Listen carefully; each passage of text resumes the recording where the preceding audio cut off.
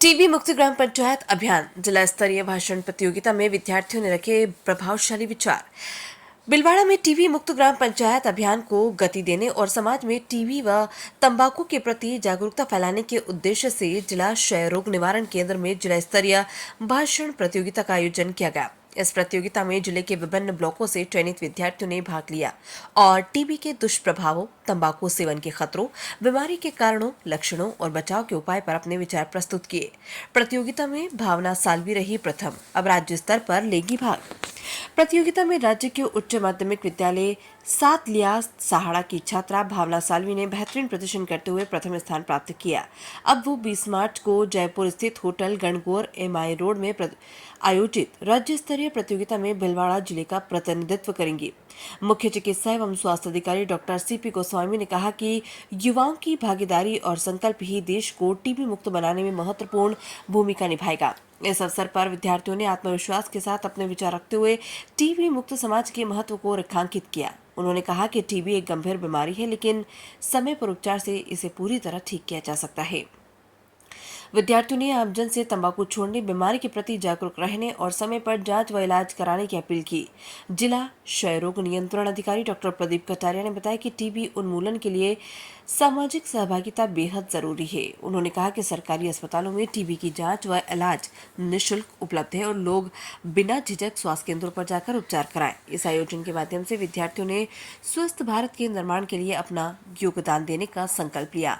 उन्होंने अपने परिवार, मित्रों और समुदाय को भी इस विषय पर जागरूक करने का प्रण लिया। बिलवाड़ा से सूरज वर्मा की रिपोर्ट। सहारा मैं आपके सामने टीबी मुक्त ग्राम पंचायत अभियान भाषण प्रतियोगिता में यहाँ प्रस्तुत हुई हूँ। मैं आपके सामने टीबी के बारे में भाषण देना चाहती हूँ। अगर इसमें कोई गलती हो तो मुझे अपनी छोटी बहन समझ के क्षमा करें।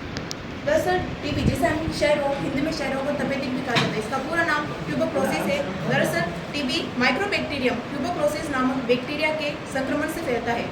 इससे संक्रमित मरीज के संपर्क में आने से संक्रमण का खतरा बढ़ जाता है। खांसते, छींकते और बात करते समय निकलने वाले 300 से ज़्यादा हैं कि किस व्यक्ति को टीबी हो सकती है। सबसे पहले हम जान सकते हैं सांस लेने में परेशानी होती है, मुंह कम लगना या खाने की इच्छा ही नहीं होना, 2 हफ्ते से ज़्यादा समय तक खांसी रहना, अचानक वजन कम हो जाना, फेफड़ों से संबंधित इन्फेक्शन होना, खांसते समय बलगम के साथ खून आना तथा सीने या छाती में तेज दर्द महसूस होना। Directly observed treatment short course TB के इलाज का अभियान है।